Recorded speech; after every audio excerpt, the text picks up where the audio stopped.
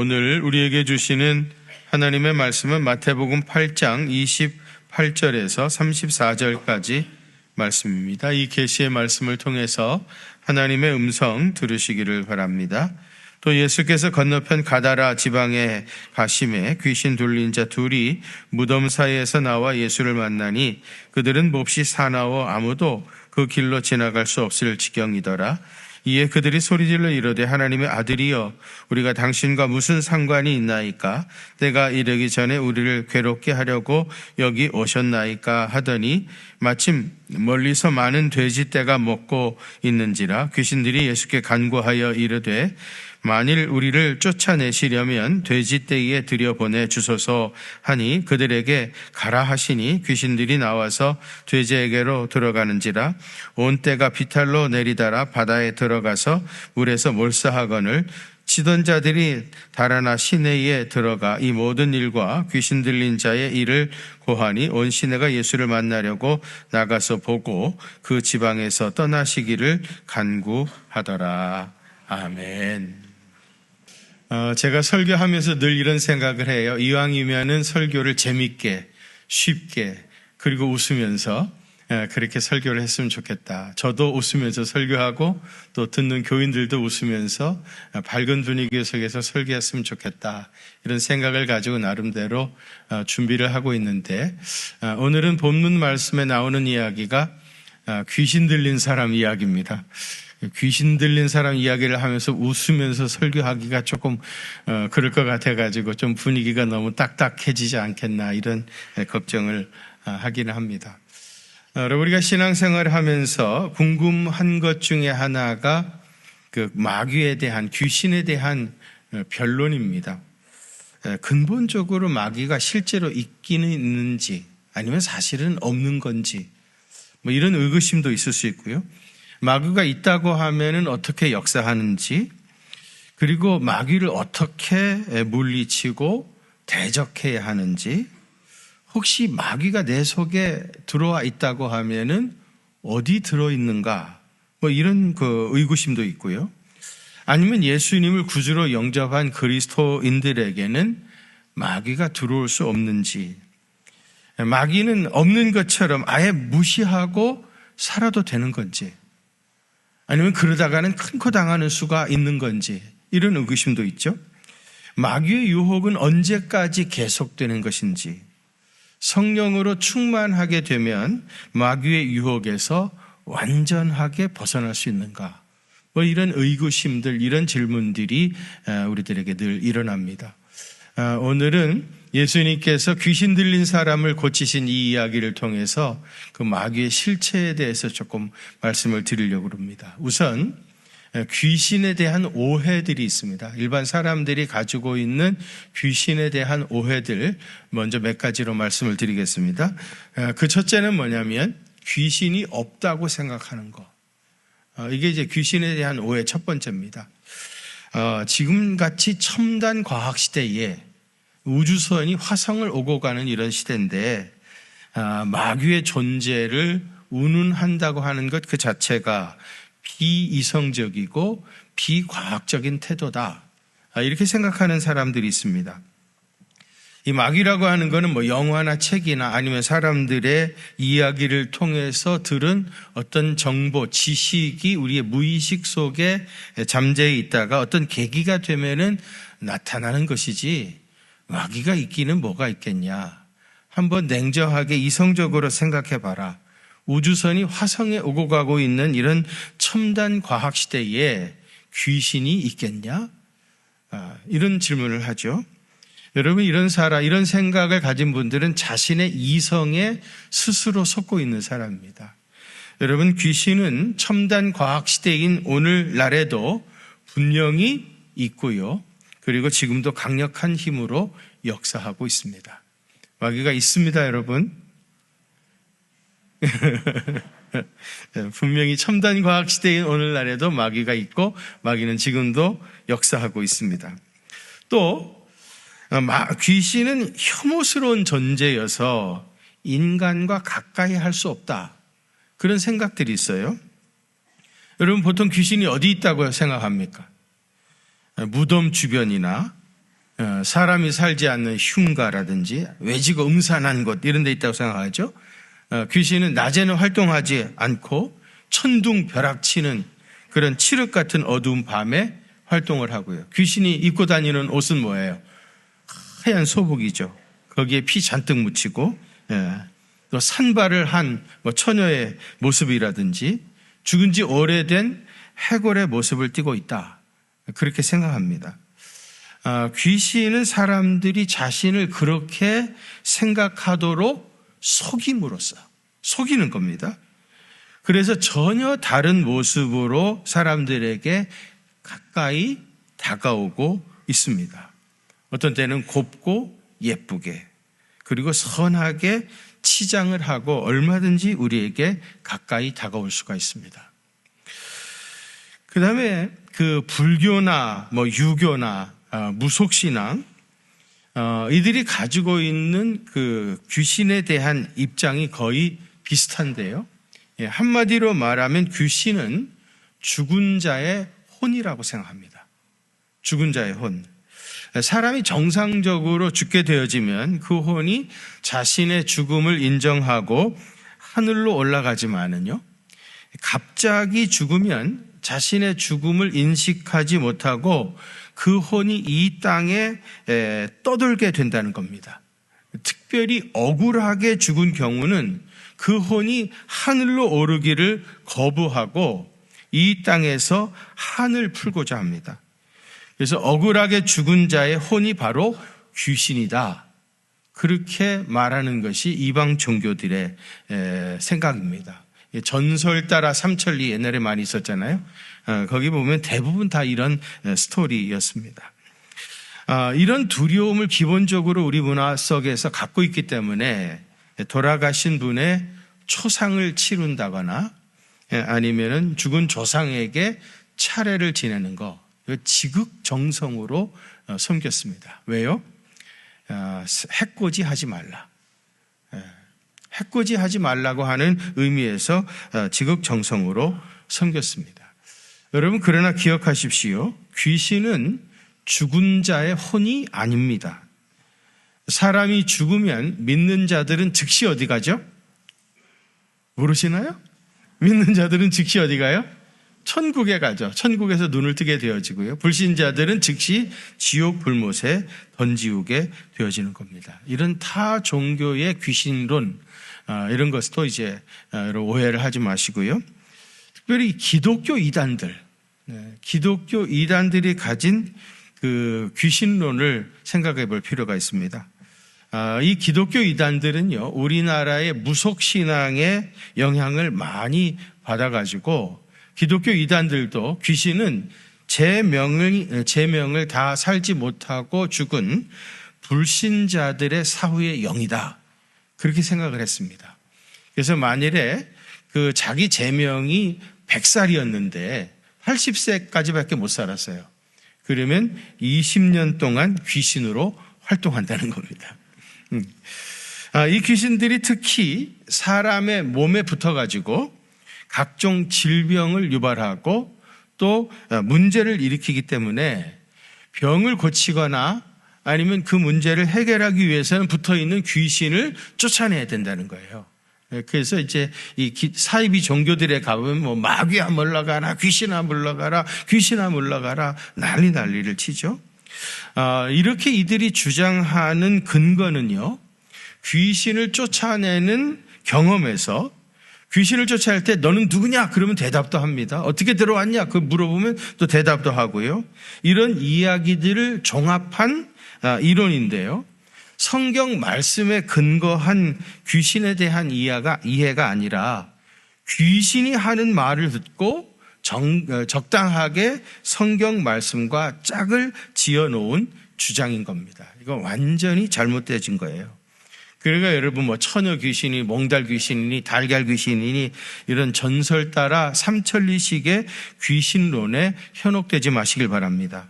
또 귀신이 없다라는 말에도 속지 마시길 바랍니다. 이단 사설에도 속지 마시고요. 이방 종교나 무속 신앙의 가르침에도 속지 마시길 바랍니다. 이런 것들은 다 잘못된 귀신론입니다.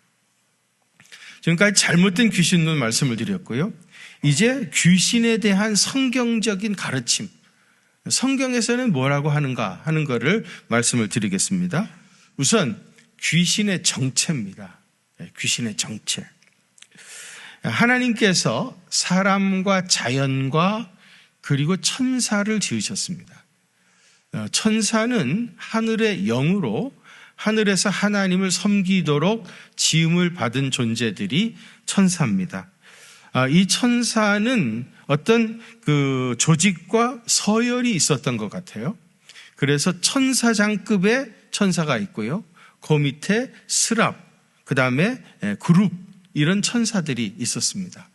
그 천사장급에 해당하는 천사들, 우리가 알고 있는 사람, 가브리엘, 아니면 미가엘, 이런 천사들이 이제 천사장급에 해당하는 천사입니다. 이 천사장급에 해당하는 루시퍼라고 하는 천사가 있었습니다.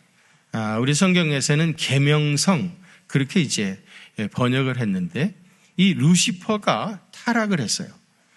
그래가지고 자기가 하나님처럼 높아지려고 하나님의 지위를 탐내다가 결국 하늘에서 쫓겨나게 되어집니다. 그러니까 여러분, 루시퍼는 쫓겨난 천사장입니다. 하늘에서 쫓겨난 천사장이에요. 근데 이 루시퍼가 하늘에서 쫓겨나면서 그 수하에 있던 천사들을 데리고 나옵니다. 유다서 1장 6절에 보면 이들이 바로 자기 지위를 지키지 않고 자기 처소를 떠난 천사들이라. 바로 이 타락한 천사들이 마귀를 수종하여 돕는 귀신들입니다. 성경에는 이런 이들을 타락한 영이라 그렇게 부르기도 합니다. 그러니까 마귀는 천사가 타락하고 하늘에서 쫓겨나가지고 된 것이고요. 그 수하에 그를 따르는 영들이 귀신들인 것입니다. 그러면 이 귀신이 하는 일은 뭐냐? 베드로전서 3장 8절에 보면 너희 대적 마귀가 우는 사자같이 두루 다니며 삼킬 자를 찾는다 그랬어요. 여기서 삼킨다는 것은요, 자기 지배하에 둔다는 것을 말입니다. 자기 말에 무조건 복종하고 자기를 따르게 하는 것을 말하죠. 그러니까 사탄과 그 졸개 귀신들은 오늘도 이 땅에서 자신의 영향력을 확대시키고 자기가 지배하는 영향을 넓히고자 몸부림을 치고 있는 겁니다. 구체적으로 어떻게 하는가? 우선 사람들을 미혹합니다. 디모데전서 4장 1절에 보면 어떤 사람들이 믿음에서 떠나 미혹하는 영과 귀신의 가르침을 따르리라 하셨으니 그랬어요. 귀신은 간교하게 우리를 미혹합니다. 그 목적은 뭐겠어요? 믿음에서 떠나게 하기 위해서.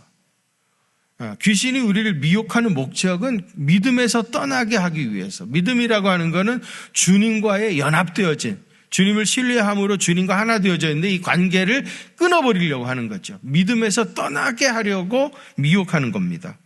또 귀신은 죄를 지게 합니다. 요한복음 13장 2절에 보면 마귀가 벌써 시몬의 아들 가룟 유다의 마음에 예수를 팔 생각을 넣었다는 겁니다. 가룟 유다가 예수님을 팔게 되어진 그 엄청난 죄를 짓게 되어진 근본적인 이유는 뭐예요? 마귀가 그 생각에 들어가서 죄를 짓게 했던 겁니다. 그러니까 마귀는 사람 속에 들어와 가지고 죄를 짓게 합니다. 그 다음에 귀신은 서로 다투게 만듭니다.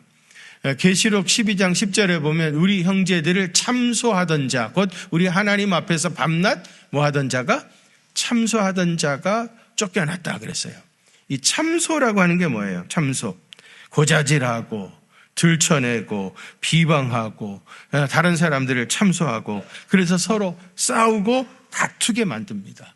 서로 이간질하게 하고 비판하게 하고 싸움이 나게 하는 겁니다.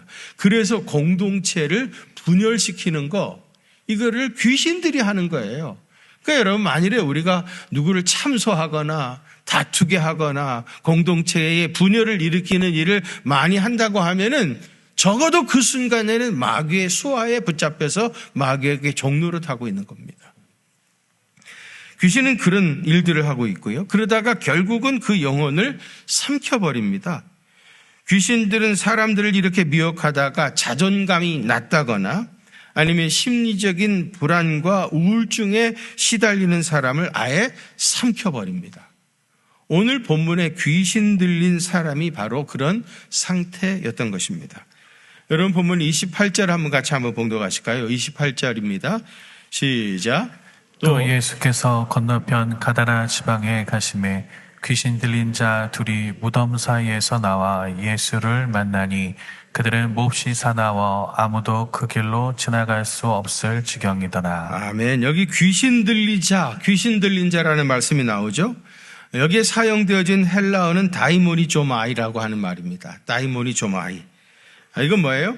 귀신이 그 인격 속에 들어가가지고 아예 자리를 잡고 앉아가지고 철저하게 이 사람을 지배하고 있는 상태를 말합니다. 귀신이 이 사람을 완전히 지배하고 조정하고 있는 겁니다. 마치 개의 목줄이 주인의 손에 붙잡혀 있는 것처럼 꼼짝없이 끌려다니며 있는 상태인 겁니다. 귀신 들린 사람은 어떤 때는 자기 정상적인 힘이 아닌 아주 굉장한 힘을 발휘할 때도 있습니다. 그래서 쇠사슬을 끊어버리기도 하고요. 또 여러 사람이 붙잡을 수 없을 정도로 엄청난 괴력을 발하기도 합니다. 때로는 발작을 하기도 하고요. 심한 우울증 증세를 보이거나 미친 사람처럼 행동하기도 합니다. 또 각종의 질병 증세를 보일 때도 있습니다. 정신질환적 증상을 보일 때도 있어요. 그래서 누가복음 8장 27절에 보면 이 사람이 옷을 입지 않았다. 이 말은 뭡니까? 윤리와 도덕 의식이 없고 일반 상식도 지킬 수 없는 그런 상태가 되어버린 겁니다. 또 무덤 사이에 거했다고 그래요. 심리적으로 어둠에 갇혀있기 때문에 사람들이 모여 사는 동네에서 살지 못하고 죽은 사람들이 있는 무덤을 더 좋아합니다. 어두운 것을 더 좋아하죠. 또 28절 하반절에 보면 몹시 사나워 아무것도 그 길로 지나갈 수 없을 지경이라고 했습니다. 성격과 행동이 몹시 거칠고 사나워서 가까이 하면은 반드시 상처를 입게 되어 있습니다. 귀신은 이렇게 한 인격 속에 들어와 가지고요, 완전히 파멸로 몰고 갑니다. 도저히 그 누구도 어찌할 수 없는 상태에 빠지게 하는 것, 그것이 귀신의 역사입니다. 그러면 세 번째로 본문이 이 사건이 주는 영적인 의미들을 말씀을 드리겠어요. 이 사건을 통해서 우리 주님께서 우리들에게 무슨 말씀을 하기를 원하시는지 그 의미들을 몇 가지로 말씀드리겠어요. 우선 그 첫째로는요, 귀신은 예수님이 오시면 즉시 어떻게 돼요? 쫓겨납니다. 아멘이십니까? 귀신은 예수님이 오시면 즉시 쫓겨나요. 29절 한번 같이 봉독합니다. 29절 시작. 예, 그들이 소리질러 이르되 하나님의 아들이여 우리가 당신과 무슨 상관이 있나이까? 때가 이르기 전에 우리를 괴롭게 하려고 여기 오셨나이까 하더니. 아멘. 이 사람이 예수님을 보고 뭐라고 했어요? 하나님의 아들이여. 예수님이 하나님의 아들이시라는 걸 분명히 알았어요. 누가복음에서는요, 지극히 높으신 하나님의 아들 예수여 그렇게 불렀습니다. 이 귀신은 예수님의 정체를 아주 정확하게 알고 있었습니다. 귀신이 들렸어도 제대로 들린 것 같아요. 그죠? 근데 29절 하반절 보세요. 하나님의 아들이여 우리가 당신과 무슨 상관이 있나이까? 때가 이르기 전에 우리를 괴롭게 하려고 여기 오셨나이까? 그랬어요. 이 귀신들은 예수님이 오셔서 그들을 괴롭게 하고 결국은 쫓아내려고 오셨다는 것을 귀신이 먼저 알고 있었습니다. 예수님이 오시면은 자기들은 쫓겨난다고 하는 것을 그들 스스로가 알고 있는 거예요. 여러분 아까 말씀드렸죠. 원래 귀신은, 마귀는 하나님이 창조하신 천사장이었다고 그랬죠. 루시퍼. 그런데 반역을 하고 스스로 타락해가지고 하나님에게 쫓겨난 겁니다. 그래서 귀신은 제일 두려워하는 게 하나님이에요. 하나님께 쫓겨났던 경험이 있으니까 하나님이 제일 두렵습니다. 그러니까 하나님이 임재하신 곳에는 이 귀신들이 얼씬도 하지 못합니다. 그래서 여러분 예수님이 오시면 즉시 쫓겨날 수밖에 없는 게 귀신입니다. 그러니까 여러분, 예수로 충만하게 되면 귀신의 역사를 두려워할 필요가 없습니다. 예수님이 계시지 않는 그 빈 방에 귀신이 파고 들어와가지고 흔들어대고 해치고 넘어지려고 하는 것입니다. 그러니까 그리스도로 충만한 것이 마귀를 대적하는 가장 적극적인 방법입니다. 아멘이십니까? 마귀를 대적하는 제일 적극적인 방법이 뭐라고요? 그리스도로 충만한 겁니다. 그리스도로 충만하게 되어지면 마귀가 얼씬도 하지 못합니다. 혹시 마귀가 접근했다 할지라도 그리스도로 충만하게 되어지면 즉시 알아서 떠나게 되어집니다. 그리스도로 충만한 그리스도의 제자들이 되시기를 축원합니다. 그 다음에 두 번째로는요, 돼지떼에게 들어가기를 구했던 귀신 이야기입니다. 31절 한번 같이 봉독하실까요? 31절 시작. 귀신들이 예수께 간구하여 이르되 만일 우리를 쫓아내시려면 돼지떼에 들여보내소서 하니. 아멘. 여기 아주 재미있는 구절이 나오는데요. 귀신들이 예수께 뭐 했다고요? 간구했다. 다르게 말하면 뭐예요? 기도한 겁니다. 귀신들이 예수님께 기도했어요. 기도. 뭐라고 했어요? 우리를 쫓아내시려면 돼지떼에 들여보내 주소서라고 예수님께 간구했습니다. 왜 귀신들이 돼지떼에 들어가게 해달라고 구했을까? 그걸 생각해 볼 필요가 있습니다. 여러분, 귀신은 영이죠, 영. 영이기 때문에 몸이 없습니다. 근데 여러분, 몸이 없으면 실제로 아무것도 어떻게 할 수가 없어요. 그래서 귀신은 어떻게 해서든지 사람의 몸에 들어가서 그를 지배하고 죄를 짓게 함으로써 그 순간에 쾌락을 누리는 거예요. 사람 속에 들어가서 그 사람의 몸을 지배해가지고 그 사람의 몸으로 죄를 지을 때 귀신이 그 안에서 쾌락을 느끼는 겁니다. 예를 들면 음란 마귀가 있다고 생각해 보세요. 이 음란 마귀가 내 몸속에 들어오면은 계속해서 나를 유혹하는 겁니다. 그래서 이 몸을 가지고 음란한 짓을 행하게 하는 겁니다. 그러면 내 몸속에 있던 마귀가 그 순간 쾌락을 느껴요. 그런데 마귀에게 자기 몸을 빼앗긴 이 사람은 어떻게 되겠어요?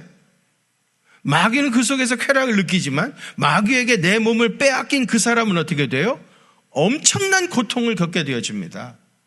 그래서 죄를 짓게 되어지면은 괴로워하고 슬퍼하고 고통스러워하는 이유가 뭐예요? 내가 원래 원하는 건 이게 아니었다는 거예요. 그냥 마귀가 들어와가지고 내 몸을 가지고 죄를 지어서 마귀는 그 순간 쾌락을 느꼈는지 모르지만 마귀에게 몸을 빼앗겼던 나는 그런 고통을 느끼게 되는 겁니다. 본문에서 귀신들이 예수님께 돼지떼에 들어가게 해달라고 한 것은 그가 육체 속에 들어가기를 얼마나 간절히 원했는가 하는 것을 결정적으로 보여주는 대목입니다. 마귀는 어떻게 해서든지 사람들 속에 들어가서 그를 통해서 죄를 짓게 하려고 합니다. 그래서 우리는 이 마귀가 내 속에 들어오지 못하도록 저항하고 싸워야 합니다. 이게 뭐예요? 영적인 전쟁입니다. 조금이라도 방심하게 되어진 마귀가 순간적으로 들어와가지고 내 몸을 장악하게 되어지고 내 몸을 가지고 죄악의 병기로 사용하게 하게 하는 겁니다. 이런 일이 일어나지 아니하도록 우리는 늘 깨어서 마귀와의 영적 전쟁을 치러 가야 합니다. 우리는 매 순간 이 영적 전쟁을 하는 사람입니다. 날마다 예수로 충만하고 성령으로 충만해야 이 귀신들이 얼씬하지도 못하게 되어지고요. 그래야 내 몸으로 육체의 열매가 아니라 성령의 열매를 맺는 그런 삶을 살아갈 수 있게 되어집니다. 날마다 성령으로 충만하셔서 성령의 아름다운 열매를 맺는 귀한 생애 되시기를 축원합니다. 마지막으로는 그 마을에서 쫓겨나신 예수님 이야기입니다.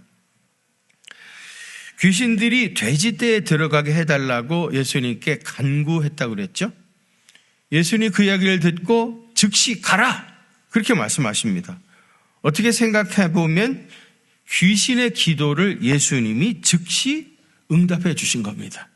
이것도 재밌지 않으세요? 귀신의 기도도 응답해 주시나? 그것도 즉시? 돼지떼에 들어가게 해달라고 하니까 가라 하셨고 즉시 역사가 나타나서 귀신이 돼지떼에 들어갔습니다. 이 돼지떼가 어떻게 됐습니까? 돼지들이 미쳐버렸습니다. 그래서 바다에 들어가서 다 몰사했어요. 33절과 34절 이러고 나서 있었던 반응입니다. 한번 같이 봉독합니다. 시작. 치던 자들이 달아나 시내에 들어가 이 모든 일과 귀신 들린 자의 일을 고하니 온 시내가 예수를 만나려고 나가서 보고 그 지방에서 떠나시기를 간구하더라. 아멘. 예수님이 오심으로 귀신 들린 사람이 고침을 받았고요. 그 대신에 돼지떼가 죽임을 당했습니다. 마가복음 5장 13절에 보면 그 돼지떼가 2,000마리였다고 그래요. 이 사건이 있은 후에 온 동네 사람들이 예수님께 와가지고 이 지방에서 떠나시오. 그렇게 요구했습니다. 그래서 예수님은 가다라 지방에서 귀신 들린 사람을 고쳐주시고 그 마을 사람들에게 배척을 당하셔서 결국은 쫓겨났습니다. 왜 이 사람들이 예수님을 쫓아냈겠습니까? 귀신 들린 두 사람이 고침을 받는데 돼지가 2,000마리 떼죽음을 당했습니다. 그러면 1인당 몇 마리입니까? 1인당 1,000마리입니다. 이런 분이 계속해서 우리 마을에 계시다가는 큰 경제적인 손실을 입을 것 같아서 예수님께 이 마을을 떠나시오. 그렇게 요구했던 겁니다. 이 사람들은 한 명의 생명보다 1,000마리 돼지떼가 더 귀하다고 생각했습니다. 귀신 들린 사람이 고침을 받았다고 기뻐했어야 할 상황인데 떼 죽음 당한 돼지떼가 더 아까웠던 겁니다. 생명 논리가 아니라 경제 논리 때문에 결국 예수님은 이 마을에서 쫓겨났습니다. 이와 비슷한 이야기를 사도 바울도 당했습니다. 빌립보에 가보니까 귀신 들려 점치는 여종이 있었습니다. 바울이 그를 보니까 그 영혼이 너무 불쌍한 거예요. 그래서 그 속에 있던 귀신을 쫓아냈습니다. 귀신에 놓여서 해방된 자유인이 되었는데 문제는 뭐예요? 더 이상 귀신이 나갔으니까 귀신의 힘을 빌어서 점을 치지 못하게 됐던 거예요. 그 주인의 입장에서 생각해 볼 때는 자기 잘 나가던 비즈니스가 어렵게 되어진 겁니다. 그래서 어떡합니까? 바울을 옥에 가두게 되어집니다. 바울도 예수님처럼 똑같이 귀신 쫓아내고 빌립보 감옥에 갇혔습니다. 생명 논리가 아니라 경제 논리 때문에 바울도 감옥에 갇혔습니다. 여러분, 경제 논리는 귀신의 논리입니다. 생각해 보면 진짜 귀신 들린 사람은 이 마을 사람 전체였어요. 왜요? 경제 논리에 의해서 따라 움직였기 때문이죠. 가다라 지방 마을 사람 전체가 귀신 들린 사람이었습니다. 그런데 여러분, 우리도 얼마나 경제 논리에 붙잡혀 살고 있습니까? 한 사람 구원하는데 돼지 1,000마리 비용을 지불해야 한다면 여러분은 하자고 하시겠습니까? 경제 논리가 우리 교회를 지배하고 있습니다. 여러분, 경제 논리는 마귀의 논리입니다. 1970년, 오래된 이야기죠. 미국에서 제일 큰 자동차 회사가 포드사죠. 포드에서 핀토라고 하는 자동차를 개발해가지고 판매를 했습니다. 굉장히 멋있고 보이죠. 굉장히 많은 차를 판매를 했습니다. 그런데 나중에 이 포드사에서 보니까 이 차가 구조적인 결함이 있는 거예요. 그 뒤에서 트렁크 쪽에서 이렇게 부딪히게 되어지면 연료 탱크가 너무 가까이 있어가지고 이게 폭발할 가능성이 많다. 안전하지 못하다. 하는 걸 알게 된 겁니다. 여러분, 그러면 어떻게 해야 됩니까? 즉시 리콜을 해야 되잖아요. 리콜. 이게 문제가 있으니까 우리가 문제가 있다는 것을 발견했다. 우리 이 차를 다 정비소에 보내주면 다시 다 개조해가지고 안전하게 바꿔주겠다. 리콜을 해야 되는데 엄청나게 많은 차가 팔렸고 비용을 계산해 보니까 1970년이니까요. 그때 대당 $11달러가 필요했던 겁니다. 이걸 계산해 보니까 어마어마한 돈이었던 거예요. 근데 포드가 무슨 생각을 하는가? 이 엄청난 비용을 들여가지고 리콜해서 다 고쳐주기보다 차라리 사고가 나가지고 사람이 죽으면 보상금을 회사에서 지불해야 되잖아요. 차라리 죽은 사람 보상금을 지불하는 것이 리콜해가지고 고쳐주는 비용보다 훨씬 더 적겠다고 판단한 겁니다. 그래서 리콜을 택하지 아니하고 사고 나면 보상금을 주는 쪽으로 선택을 한 거예요. 그래서 이 차를 타고 사고가 나가지고 죽은 사람들이 많이 있었는데 인간의 생명을 경제 논리로 계산한 전형적인 사건이라 할 수 있습니다. 또 인도에 가면 보팔이라고 하는 도시가 있는데요. 여기서 가스가 폭발한 사건이 있었습니다. 1984년 12월 3일 새벽이었습니다. 이 회사는 미국계 기업인데 유니언 카바이드 살충제를 만드는 회사였습니다. 그런데 독성 가스가 누출이 되어가지고 엄청난 사람들이 죽어갔어요. 당시 신문에 난 기사입니다. 사람들은 깊은 잠에서 깨어나 격렬하게 기침했다. 눈은 마치 고춧가루를 넣은 것처럼 타들어갔고 숨을 쉴 수가 없었다. 사람들은 가족을 챙길 틈도 없이 달아나고 넘어지면 군중에 밟혀 죽기도 했다. 어린이들이 가장 심각한 피해를 입었다.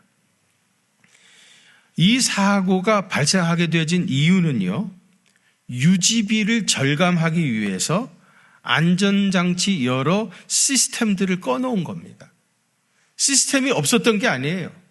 그런데 유지비를 절감하기 위해서 시스템을 가동하면 돈이 너무 많이 드니까 그걸 다 꺼놓은 겁니다. 그래서 이런 참사가 일어났어요. 그날 즉시 죽은 사람이 3,000명이었고요. 그 후유증으로 죽은 사람이 15,000명에서 25,000명이 죽었습니다. 어떤 생존자가 이런 말을 했습니다. 우리는 비용 절감 때문에 죽어야 했습니다. 지금까지 일어났던 인사 재난 중에 세계 최고의 참사였었습니다. 1914년 우리나라에서 있었던 일이죠. 세월호 참사 사건입니다. 청해진 해운이라는 회사가 유람선을 운영했는데 결국 이게 진도 앞바다에서 물에 빠져서 아이들이 많이 죽었습니다. 왜 이 배가 거기에 그렇게 빠져서 침몰하게 되었는지 당시에 굉장히 많은 유언비어가 있었습니다. 엉토당치도 않은 말들이 많이 돌아다녔죠. 가장 객관적이고 확실한 증거는 과적이죠. 너무 철근을 많이 실은 겁니다. 여러분, 그 정량이라는 게 있지 않아요? 이 배는 실을 수 있는 한계가 있는 겁니다. 그런데 그걸 지나쳐버리고 훨씬 더 많은 철근을 심은 거예요. 그러다가 한쪽으로 쓸리면서 결국 그 배가 침몰하게 된 겁니다. 왜 그렇게 많은 철근을 실었겠습니까? 경제성 때문이죠. 돈을 조금 더 벌기 위해서 그랬던 겁니다. 그들의 선택이 결국은 어린 청소년들 304명의 생명을 죽게 했던 겁니다. 주후 3세기 로마 제국 발레리안 루스 박해 시대 때 있었던 일입니다. 로마 황제가 성 로렌스에게 교회의 보물을 가져오라고 명령을 했어요. 며칠 후에 로렌스는 보물 대신에 가난한 사람들, 병든 사람들, 그리고 장애인들을 데리고 왔습니다. 그리고 이들이 우리 교회의 보물입니다. 그렇게 말하니까 이 발레리안 루스가 얼마나 화를 냈겠습니까? 그래서 결국 그 자리에서 붙잡혀 성 로렌스는 순교의 제물이 됐습니다. 비록 그는 순교를 당했지만은 돈이 아니라 생명을 선택했던 성자였던 겁니다. 사랑하는 성도 여러분, 세상에서 가장 귀한 것은 생명입니다. 그래서 천하보다 귀하다고 말하지 않습니까? 생명을 사랑하고 생명 중심의 사고방식을 가지고 모든 일을 행하는 주님의 참된 제자 되시기를 주님의 이름으로 축원합니다. 거룩하신 아버지 하나님, 귀신 들린 사람이 고침받은 이 이야기를 통해서 오늘도 말씀해 주시는 주님의 세미한 음성을 듣게 하시니 감사합니다. 예수 그리스도로 충만하게 하여 주셔서 마귀와의 이 영적 전쟁에서 늘 승리하게 하여 주옵시고 생명 중심의 사고방식을 가지고 생명을 사랑하며 살아가는 그리스도의 참된 제자 되게 하여 주옵소서. 이제는 우리 구주 예수 그리스도의 그 크신 은혜와 하나님 우리 아버지의 무한하신 사랑하심과 성령님의 위로하심과 교통하심이 우리 경기중앙교회 사랑하는 성도들과 또 저들의 가정과 그 생업의 현장들 위에 이제로부터 영원토록 함께 계시옵기를 간절히 축원하옵나이다. 아멘.